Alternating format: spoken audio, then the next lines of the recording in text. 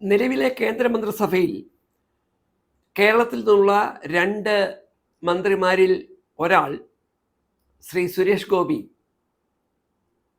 Central minister of state for petroleum and natural gas അതിൻ്റെ ചുമതല വഹിക്കുന്നു. ഫെബ്രുവരി 28-ാം തീയതി ഇറാനെതിരെ അമേരിക്കയും ഇസ്രയേലും ആരംഭിച്ച യുദ്ധം എങ്ങുമെത്താത്ത ഇന്നത്തെ സാഹചര്യത്തിൽ കേരളത്തിലും രാജ്യത്താകമാനവും പാചകവാതകത്തിൻ്റെ വലിയ പ്രതിസന്ധിയിലൂടെ നമ്മളൊക്കെ കടന്നു പോകുകയാണ്. ഈ സാഹചര്യത്തിൽ സ്വാഭാവികമായി രാജ്യത്തെ ഊർജ പ്രതിസന്ധിയിൽ ആദ്യം മറുപടി പറയാൻ ബാധ്യസ്ഥനായ മന്ത്രി, ഒപ്പം കേരളീയരോട് പ്രത്യേക മമത കാണിക്കുമെന്ന് എപ്പോഴും പറഞ്ഞുകൊണ്ടിരിക്കുന്ന ശ്രീ സുരേഷ് ഗോപി ഈ വിഷയത്തിൽ കഴിഞ്ഞ 2 ആഴ്ചക്കിടയിൽ ഒരിക്കൽ പോലും പ്രതികരിക്കാൻ പോലും മുന്നോട്ട് വന്നിട്ടില്ല. നോക്കൂ, രാജ്യത്ത് 30 കോടിയോളം വരുന്ന അടുക്കളകളിൽ നിലവിൽ LPG ഗ്യാസ്, കുക്കിംഗ് ഗ്യാസ് സജീവമായി ഉപയോഗിച്ചുകൊണ്ടിരിക്കുന്നു. നമ്മുടെ രാജ്യത്തിൻ്റെ സംഭരണ ശേഷി പരിശോധിച്ചാൽ 20 മുതൽ 25 ദിവസം വരെയുള്ള പാചകവാതകങ്ങൾ സൂക്ഷിച്ചു വെക്കാനുള്ള സംവിധാനമാണ് നമ്മുടെ രാജ്യത്തുള്ളത്. എല്ലാ ആഴ്ചയിലും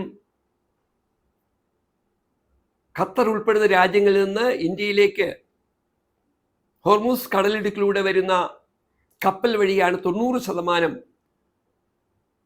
പാചകവാതകവും നമുക്ക് ലഭിച്ചുകൊണ്ടിരുന്നത്. യുദ്ധം തുടങ്ങി ലോകത്താകെ വലിയ തരത്തിലുള്ള ഊർജ പ്രതിസന്ധി അഭിമുഖീകരിക്കുമ്പോൾ ഇന്ത്യയിലെ സാധാരണ ജനങ്ങളുടെ പാചകവാതകത്തിൻ്റെ വിതരണത്തിലെ വലിയ താളം തെറ്റൽ വലിയ തരത്തിലുള്ള ആഘാതമാണ് ആ മേഖലയിലും അതുമായി ബന്ധപ്പെട്ട് പ്രവർത്തിക്കുന്നവരെയും ബാധിച്ചുകൊണ്ടിരിക്കുന്നത്. കേരളത്തെ സംബന്ധിച്ച് പറഞ്ഞാൽ ഏറ്റവും കുറഞ്ഞത് ഏകദേശം 5 ലക്ഷത്തോളം ആളുകൾ നേരിട്ട് പണിയെടുക്കുന്ന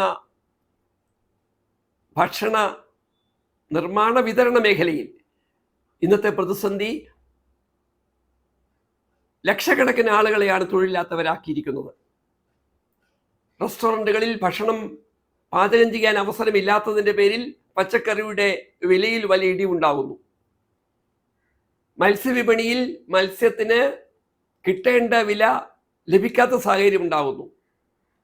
ദൂരസ്ഥലങ്ങളിൽ ജോലിക്ക് പോകുന്ന ആളുകളെ സംബന്ധിച്ചിടത്തോളം അവർക്ക് ഭക്ഷണം കഴിക്കാൻ കഴിയാത്ത ചുറ്റുപാടുകൾ കൂടുതൽ ശക്തമാവുകയാണ്. അങ്ങനെ സാമ്പത്തികമായ വലിയ തിരിച്ചടി നമ്മുടെ രാജ്യം നേരിടുന്നു. രാജ്യത്തിൻ്റെ മൊത്തം GDP-യിൽ ഏതാണ്ട് ഹോട്ടൽ മേഖലയുടെ പങ്ക് 1.25 ലക്ഷം കോടി രൂപയാണെന്ന് പറഞ്ഞാൽ ഏതാണ്ട് 40 ലക്ഷത്തോളം ആളുകളുടെ വരുമാനത്തെയാണ് ഈ പ്രതിസന്ധി നേരിട്ട് ബാധിച്ചിരിക്കുന്നത്.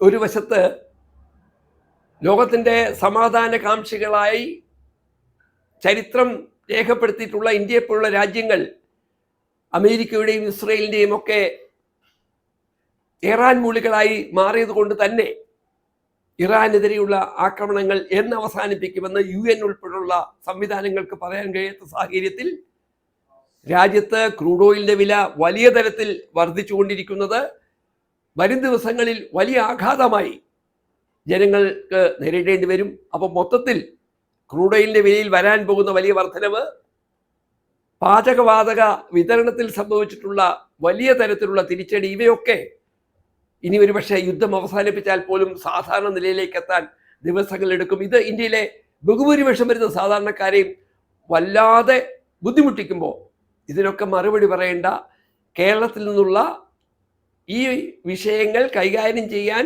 ജനങ്ങളെ ഏൽപ്പിച്ച നമ്മുടെ ബഹുമാനപ്പെട്ട സുരേഷ് ഗോപി എന്ന കേന്ദ്രമന്ത്രി നിശബ്ദനായി ഉത്തരവാദിത്തത്തിൽ നിന്ന് ഒളിച്ചോടിക്കൊണ്ടിരിക്കുകയാണ്.